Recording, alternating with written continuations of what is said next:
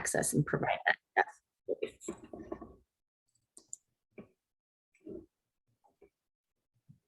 We provide advocacy in terms of the legal realm as well. So we don't provide specifically legal access, but we'll provide an individual to accomplish that, to accompany that person to make sure that they're getting the access that they need, that they have communication access. We want to make sure that there's no misunderstandings and that the process is very clear. So we will provide individuals to assist in those deaf clienteles. We have survivor programs. Oftentimes survivors need a victim advocate in order to leave their partner or in order to get to a safe place.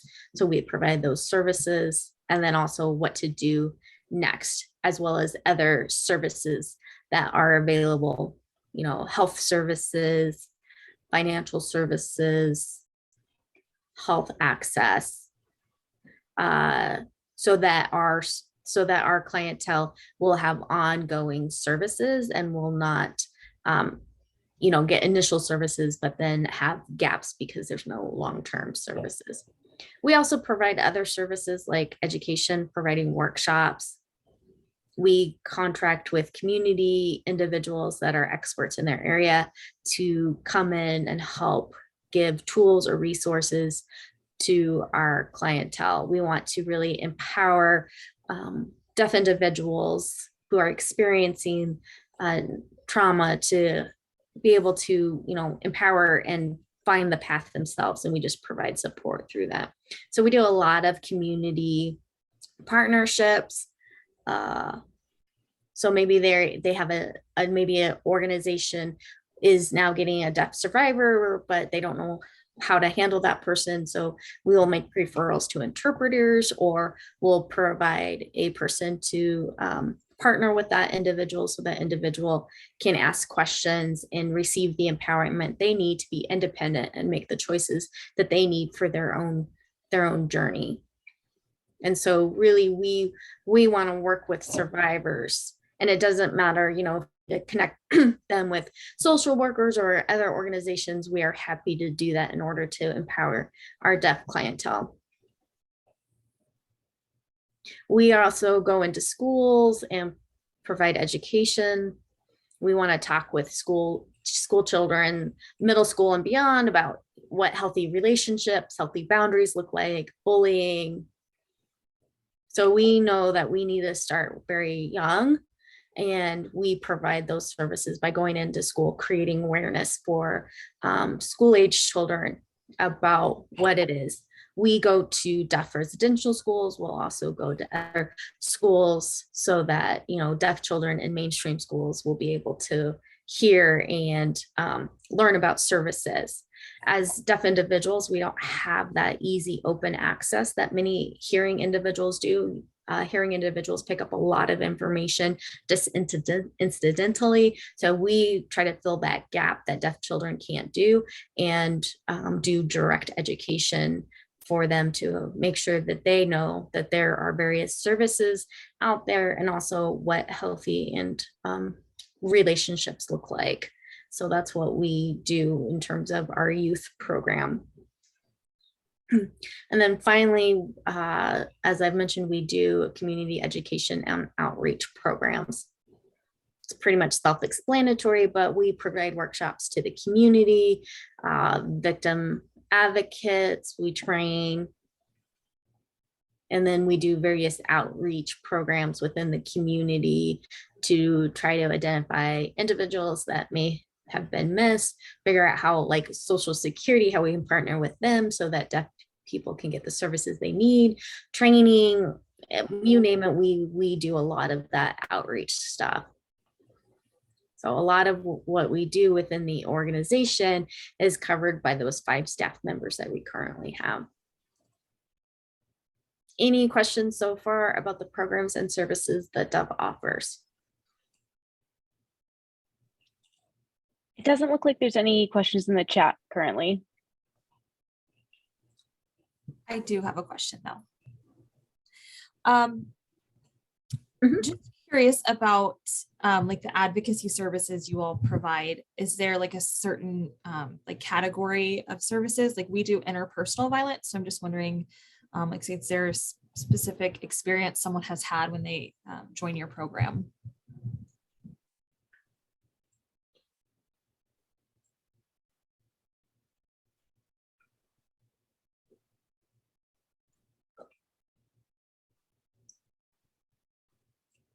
Well, our advocacy services are very broad.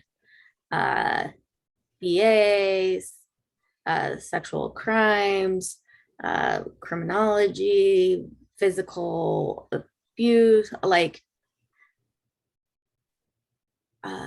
trauma, various inter interpersonal trauma.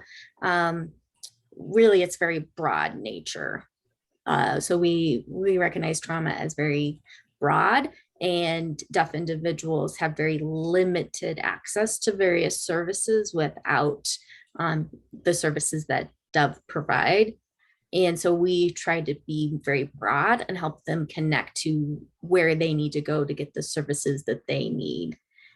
So if somebody calls us, we're able to, based off of their situation, figure out what they need and partner with other services to get that deaf individual the help that they need. So it's very broad. Yes, thank you for your question.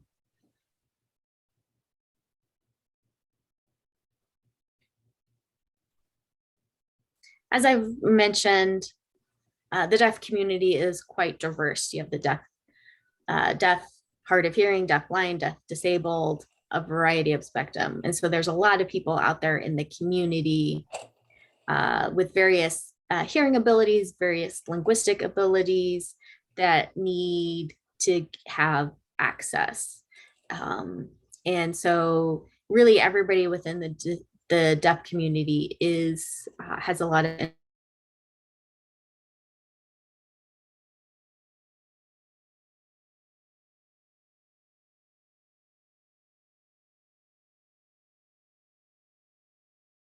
a deaf residential school. If that deaf person had hearing parents or deaf parents, their preferences in terms of their comfortability with the hearing community versus the deaf community. So there's not a lot of standard within the deaf community. A lot of different identities that shape that individual. And then, so what we do is we connect with the survivor and say, how can we help you? What identity do you have? We don't want to assume that the deaf community is homogenous and that they're all the same, because we know that they are not. It's also worthwhile to mention that deaf individuals have a lot of systemic oppression, and they experience barriers often through community services and organizations. Even their own doctor's office, they will often experience oppression.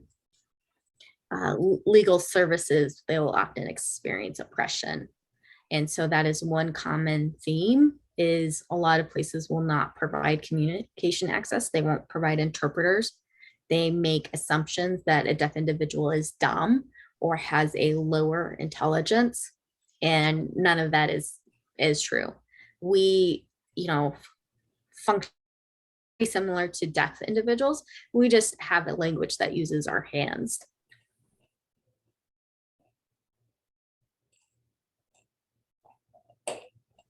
Oftentimes people don't want to put in the extra effort it takes to require to communicate with a deaf person. And so deaf individuals will often get marginalized because it's just other individuals don't want to engage with us or provide the communication access in order to engage with us.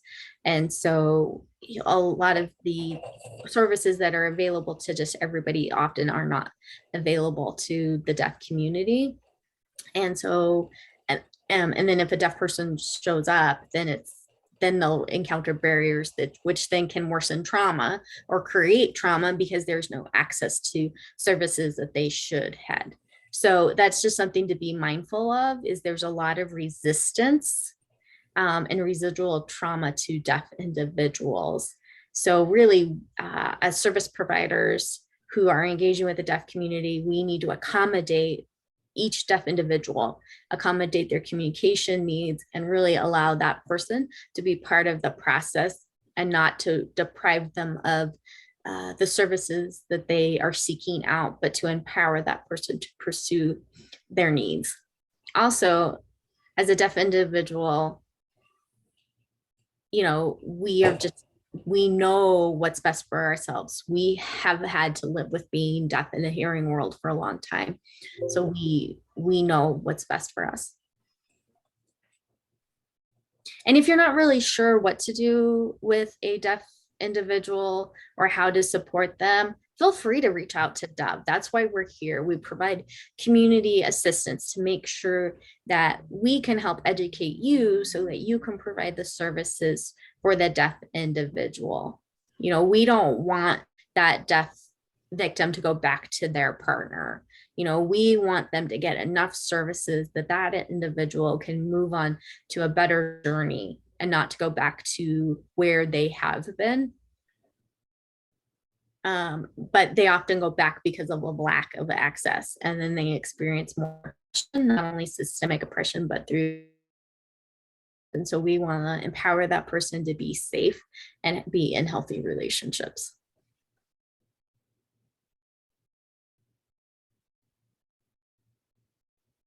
Let's see, there seemed to be a question in the chat. Let me check.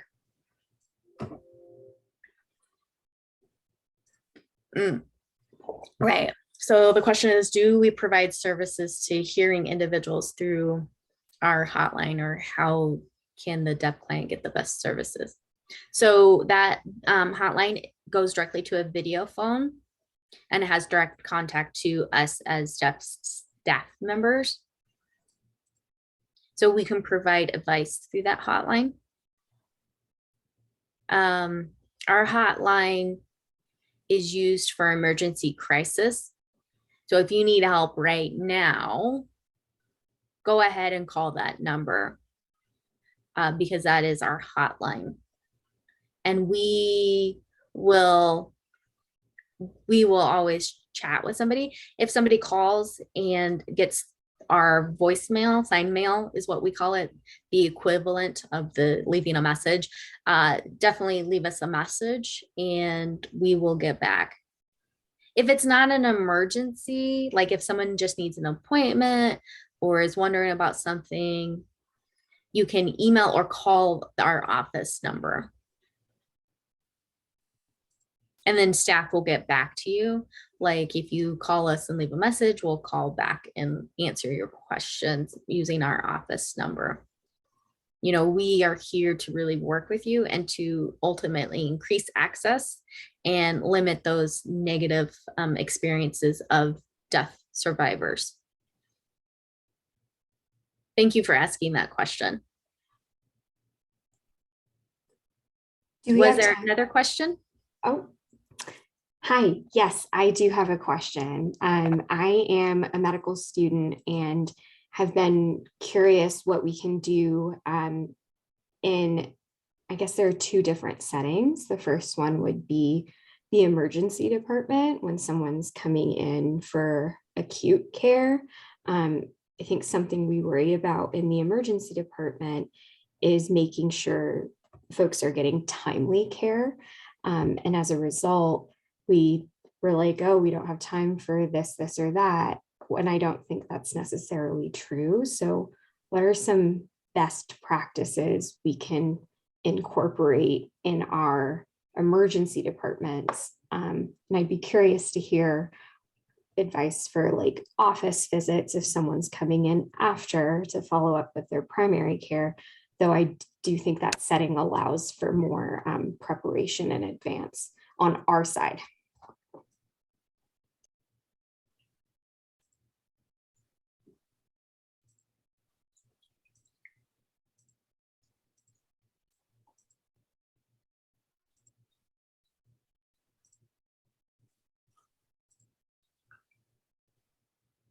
a little bit hard for me to necessarily give advice because ER, right, you need to immediately call the interpreter, figure out if they're available or not.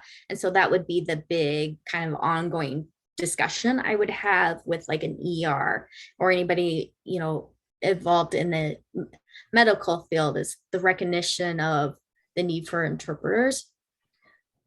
For in terms of best practices, first meet an individual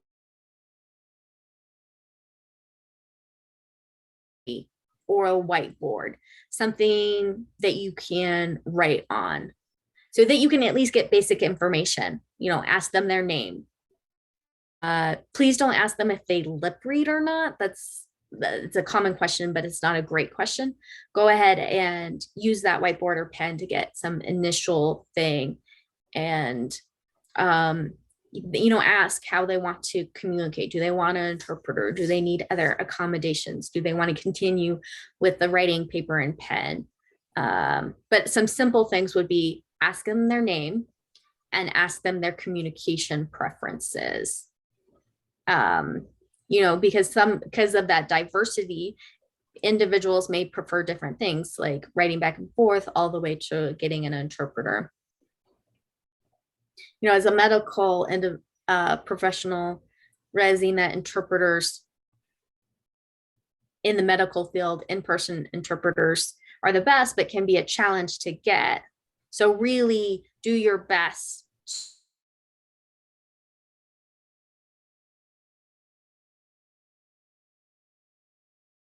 an ASL interpreter, if they want a deaf interpreter, you know, ask them what they want and then make that request and see what you can do.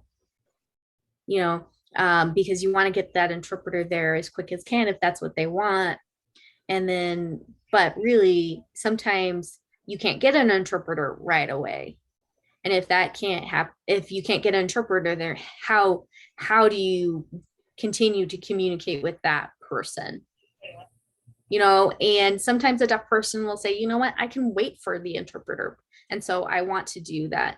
And sometimes, you know, they're in pain and don't want to, or, you know, it really depends on each situation. So asking those questions. Many hospitals do have video remote interpreting, which is an iPad that that can be rolled around and you can access interpreters through that. That is nice, but you have to realize that often the internet services that are required for that may not be good in certain parts of the hospital, and so it can be very glitchy and frozen. And the other thing is you want to make sure that interpreters are qualified to be interpreting in the medical field. You don't want that survivor to experience barriers. You know, they need to be able to explain the pain that they're in. And if an interpreter is not qualified and is asking a lot of like, please repeat yourself, what are you saying? That can create frustration on that deaf client's part and damage trust. You know, so if the person is in pain, that can influence communication. If an interpreter is there but is not qualified or a good fit for that person, that can create frustration and all things that can impact that deaf person's care. And then if the person wants an interpreter, but you may need to rely on video relay interpreting, ask if they're okay with that. Really empower them to make the choices that will benefit them the most, and just be honest, like, okay, well, we can't get an interpreter for 2 hours, so are you okay with using VRI, or do you want to wait? Or, you know, maybe the deaf person will be fine with VRI, the video remote interpreting. So really ask questions would be best practices. I know that's not really a direct, clear answer, but really that's the best advice that I can give. And hopefully that helps you to kind of figure out like how to figure out the situation is to ask. And, you know, if you don't have a contract with an interpreting agency, I would recommend that your organization consider setting up that contract to have access to interpreters. And then that way you already know interpreter rate, you have the contracts already in place so that if you need to call an interpreter for an appointment, a scheduled office visit, or for the ER, that will save time and assist the client or survivor with it, because without that, you're going to be wasting time trying to figure out who to contact, how to get that contract in place. So that would be another best practice, is already to have that contract in place, and agencies will have a pool of interpreters. So then that will aid in getting an interpreter. And then it will just assist in having policies already set up in place for your organization. That was so helpful and so actionable. I think often we can forget that if you don't know, the best way is to ask and create an environment that people feel comfortable communicating their needs. So thank you for that. And it's also super actionable to just ask, what interpretation agencies do we have on call? Is that contract in place? And to advocate for that. I do have another question, but I do not want to monopolize the time, or if you want to continue on with the presentation. No, come on, go ahead. Okay, so for physical exam, along with, I know many other physicians, like to explain what they're doing while they're doing it, in an effort to reestablish, to empower, to give that power back and ask permission. And I'm just imagining trying to do this and seeing how, if I'm nervous, I may just default not to say anything, but that's substandard care. And I can see how that would affect care. Do you have any advice for, I don't know if it's positioning interpreters, or stop and explain and then do it? I was just curious what your thoughts were on that.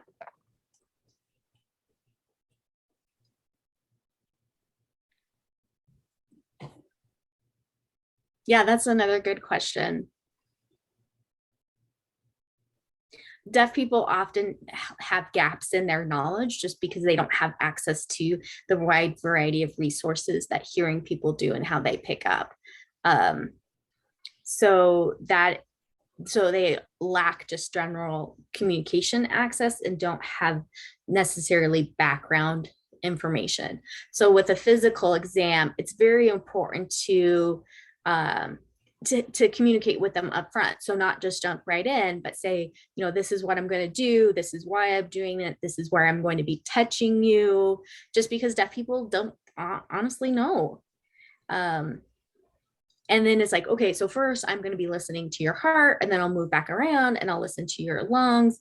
Another important piece is getting eye contact with the deaf person and getting their responses. So if you say something, try to get a thumbs up or a very clear head nod from them to show that, they are accessing the information and following you. And then it's like, okay, so this is what I'm gonna do. We're good. Okay, then go do that. And then give them the next piece of information. And if you're going to be doing something behind the deaf person, make sure that they know exactly what you're going to be doing before you do it, so that they're just as much a part of the process. You can also mention that,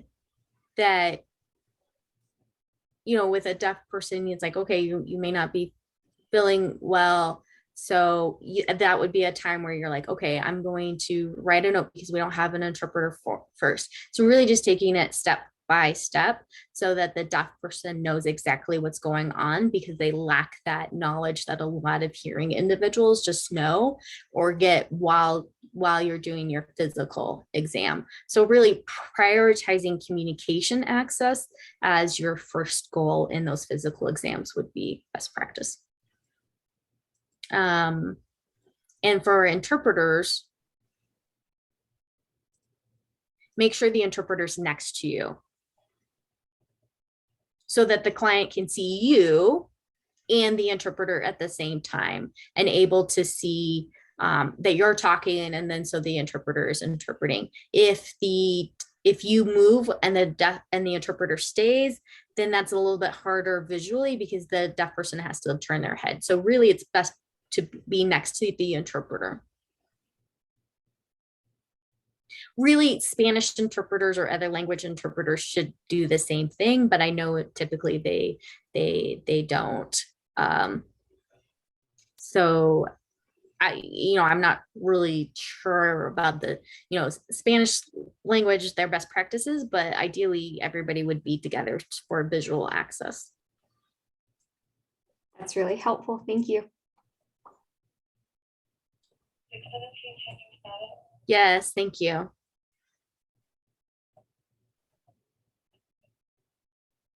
Let's see.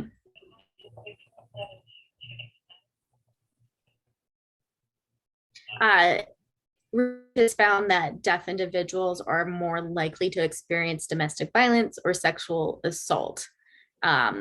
Individuals feel like because as deaf individuals, we're more easy to take advantage of. And then also because the deaf community is so small, we often don't disclose our experiences. And so it's very easy for trauma and assault and domestic violence to go to be hidden within our community because of those reasons. I'm skipping a few slides. I know time is running out. If we have time, I might come back and talk about the difference between trauma and violence within the deaf and hearing community. But I think for now, I want to skip ahead to some communication strategies. As I've mentioned previously, a deaf individual can request an interpreter. It's best to get an in-person interpreter. So having that contract already in place, knowing that that things happen 24 hours a day, it could happen at midnight, it could happen at 2 a.m. So having those contracts in place so that you can call for interpreters when you have it. Video remote interpreting or written communication is fine. Ask the deaf person, and if they request an interpreter, indicate that these other ways of communication are just used until the interpreter comes in. Video remote interpreting, many people think it is great, but a lot of those individuals don't necessarily have the knowledge or terminology for medical interpreting. And as Dove, we've often seen deaf individuals very frustrated with video remote interpreting and the services that they get. I know that there's limited in-person interpreters, but just put that as a priority of what deaf individuals typically prefer versus the video remote interpreting.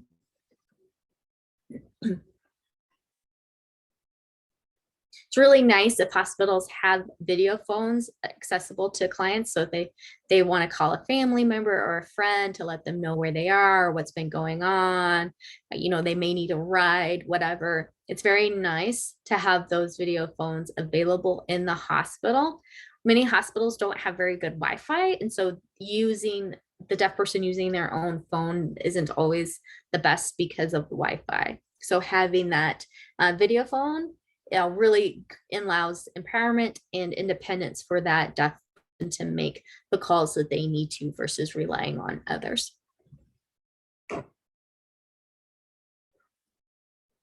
Now, it's important to realize that video phones can't get connected with an interpreter, but that is not the intent. The intent is not for the doctor to call the patient using the video phone.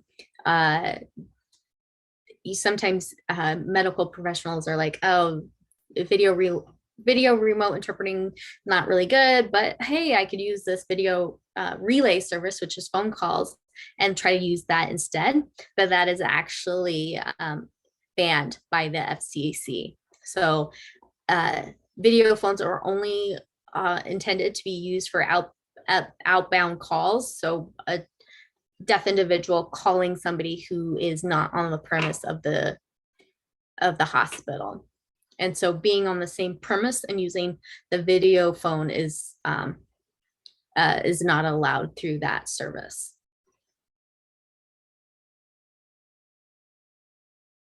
So sometimes hospitals will have security or things that you have to like push a button and then speak into. Well, as a deaf individual, they won't be able to hear. They won't be able to hear when the door unlocks. They won't be able to hear the person asking who they are. So, you know,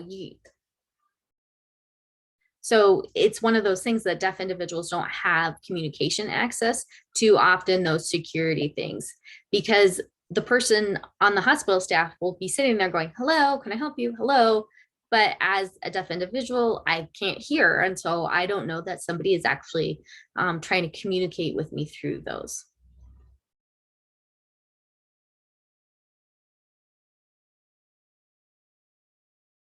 So if a deaf person comes into, say, the ER, and you're trying to get an interpreter, often the medical professionals will try to use children, family members, but do not do that if the client is very insistent that you use a family member or a child. That is their choice. But however, under the Americans with Disability Act, it is not legal to use family or friends or children to be the interpreter. And sometimes, you know, just think, do you necessarily want your child to be knowing some of your medical information or being responsible for conveying that from yourself to another medical professional? So it's really best to get a certified interpreter in those instances. The certified interpreters and just interpreters are bound by confidentiality. So they're not able to disclose the client's or patient's information outside of the medical staff and team. And so they uphold confidentiality in every assignment that they get into. So that means that that patient's private information is protected, whereas using family, friends, children, that is not guaranteed. Something we see a lot is with survivors, they're being scammed. The interpreter start over. So one thing that we see a lot is in the legal settings, the lack of interpreters being used, but also then hospitals will provide interpreters, but then when the police show up trying to, you know, question the victim or anything like that, then hospitals like say they can't use their interpreters because they've been contacted. And so there's often miscommunication that happens between the legal and medical settings because of the various authorities. And many deaf individuals don't want to talk to police officers because of that power differential. Law enforcement will be like, oh, we don't need to provide an interpreter. We'll just get one of our signing officers. But really, that signing officer doesn't know sign language, maybe knows the alphabet or whatever. So really, the big thing is to get qualified interpreters so that the survivors, the patients, can get quality and timely services without, you know, becoming confused or having services be delayed. And any of that unqualified interpreters through legal law enforcement can really cause additional trauma. And just one moment, I need to tell somebody I'm on a presentation. I'll be done in a little bit. Okay.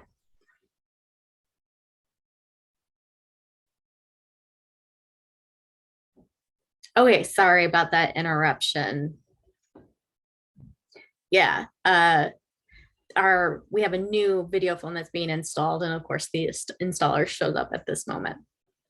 So anyways, as I was saying, as a medical professional, you're part of the advocacy team for deaf individuals and making sure that they're not experiencing oppression or language, a limited language access through the services that they are getting through your organizations.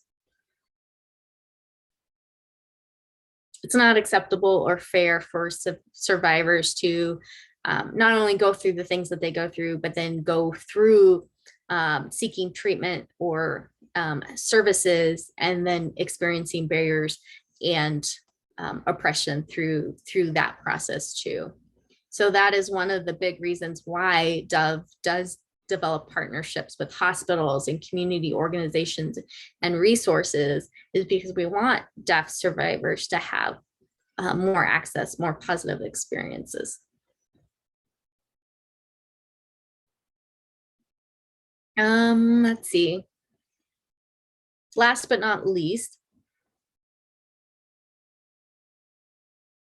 you can see that, we really recommend using certified interpreters, hearing deaf certified interpreters.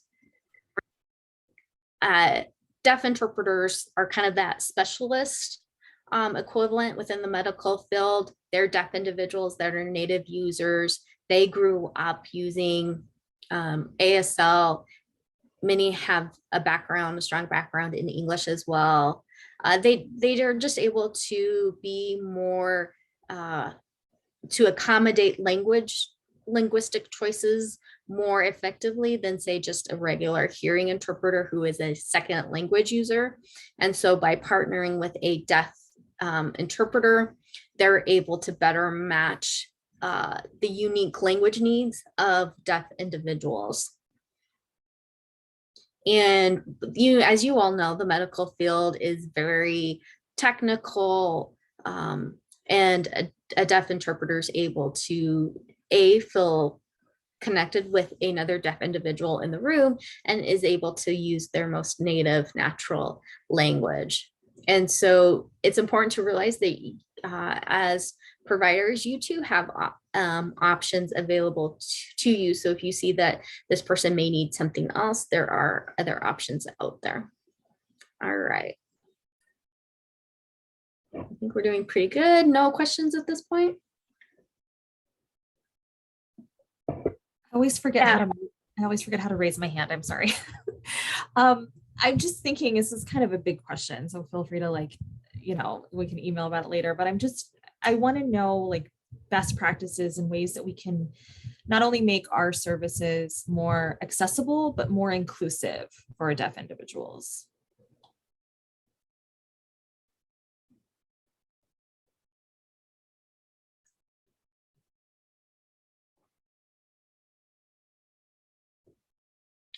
Yeah. Yeah, I'm thinking about that. I think first off,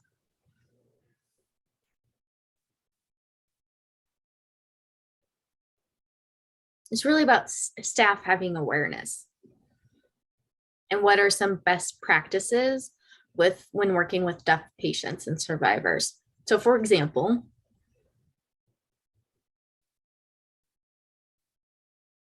eye contact is really important to the deaf community.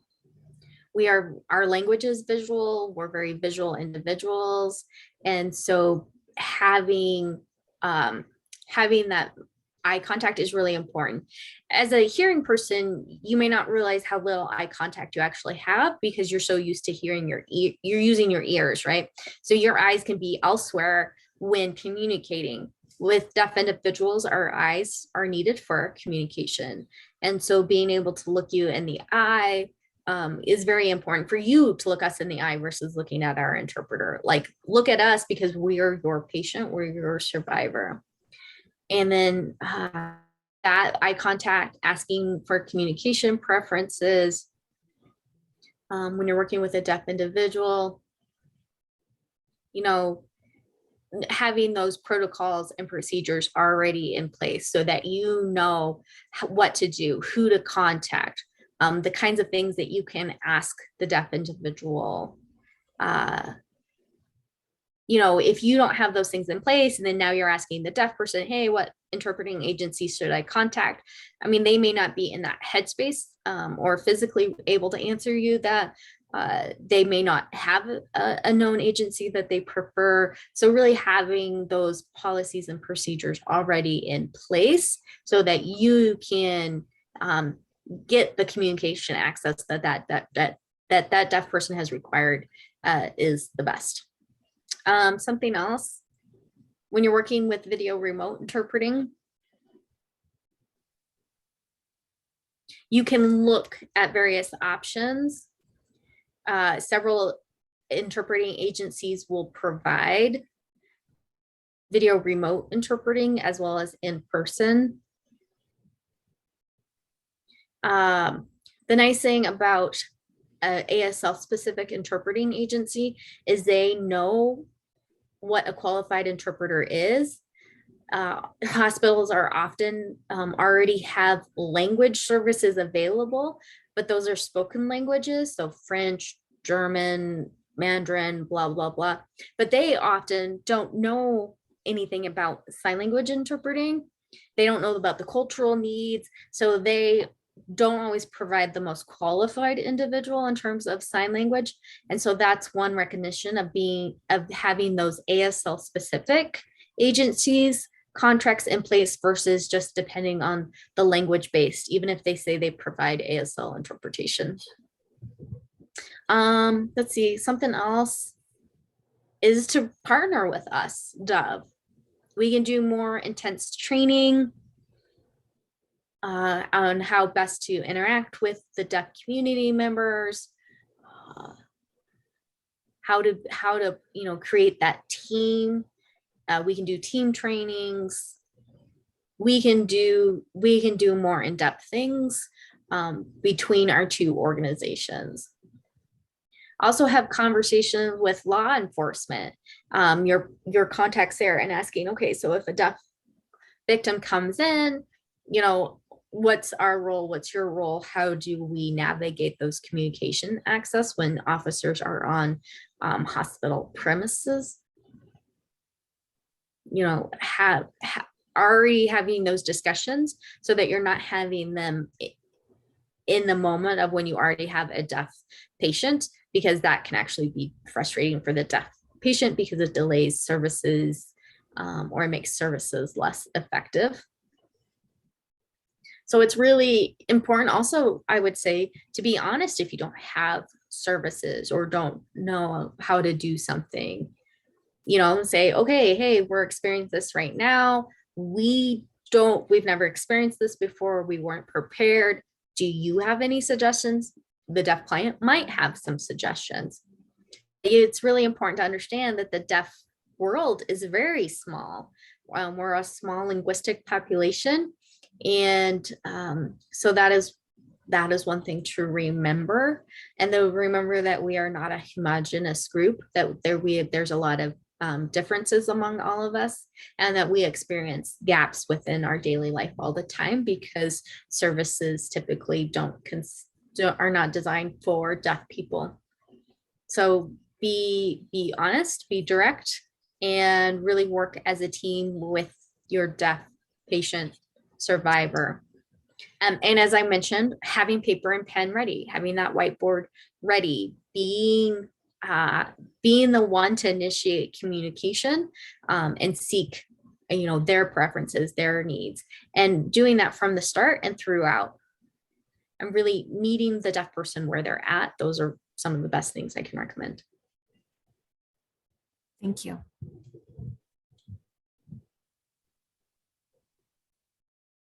Yeah, definitely let's continue this conversation via email and see what are the best tools or resources that we have to help support you. We have resources that we've done with past hospitals. I've been a patient in hospitals before, and so I'm happy to share, sit down with anybody and share tools and resources and even my own personal experiences. Because we all want the same thing, which is the best for our deaf patients.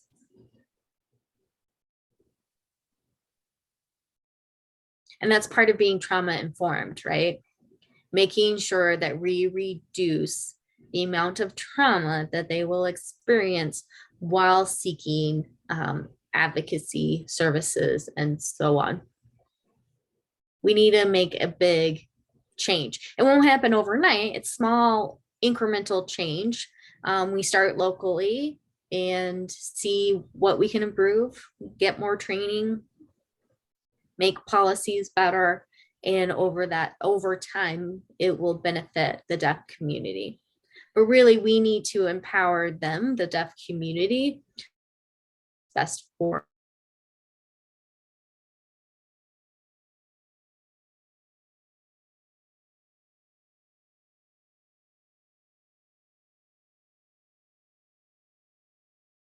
create autonomy for the deaf individual to be able to decide what's best for them.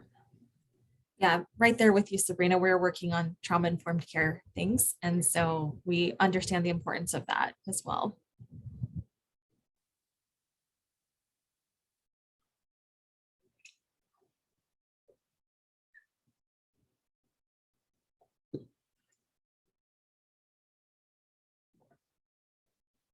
Yeah, yeah.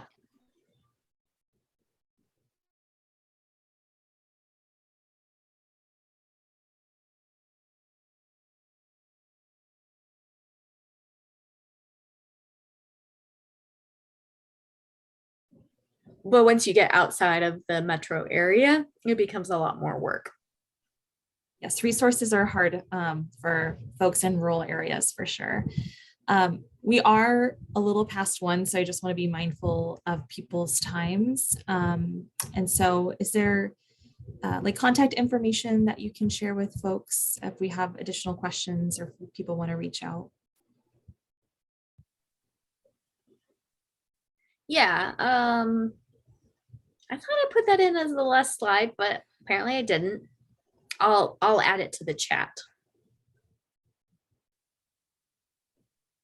Is there any other questions for Sabrina while we have her knowledge and beautiful brain here to ask questions directly?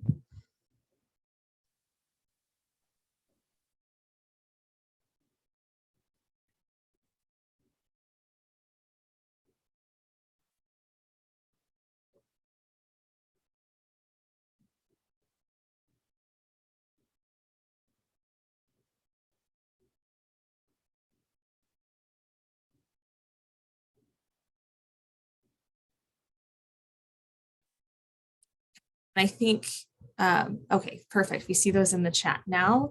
And sorry, I kind of cut you off. Is there anything else that you'd like to share with us or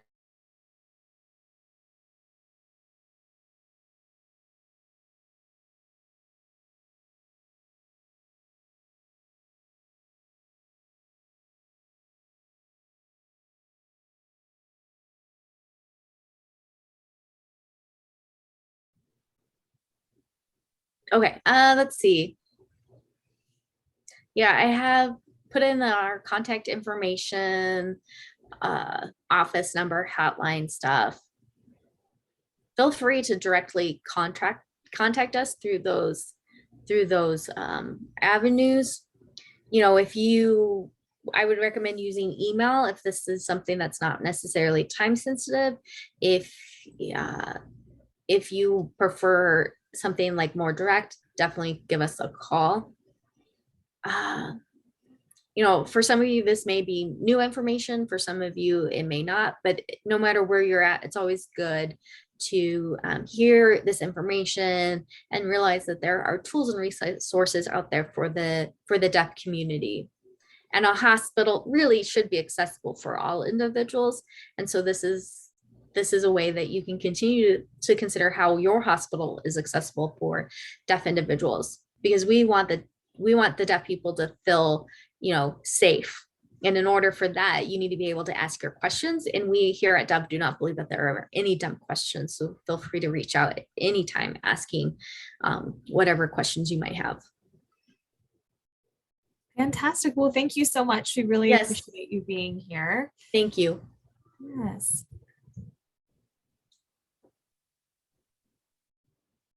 Sure, not a problem. Thank you all for coming. Awesome. Thank you so All much. right. Really Good. appreciate it.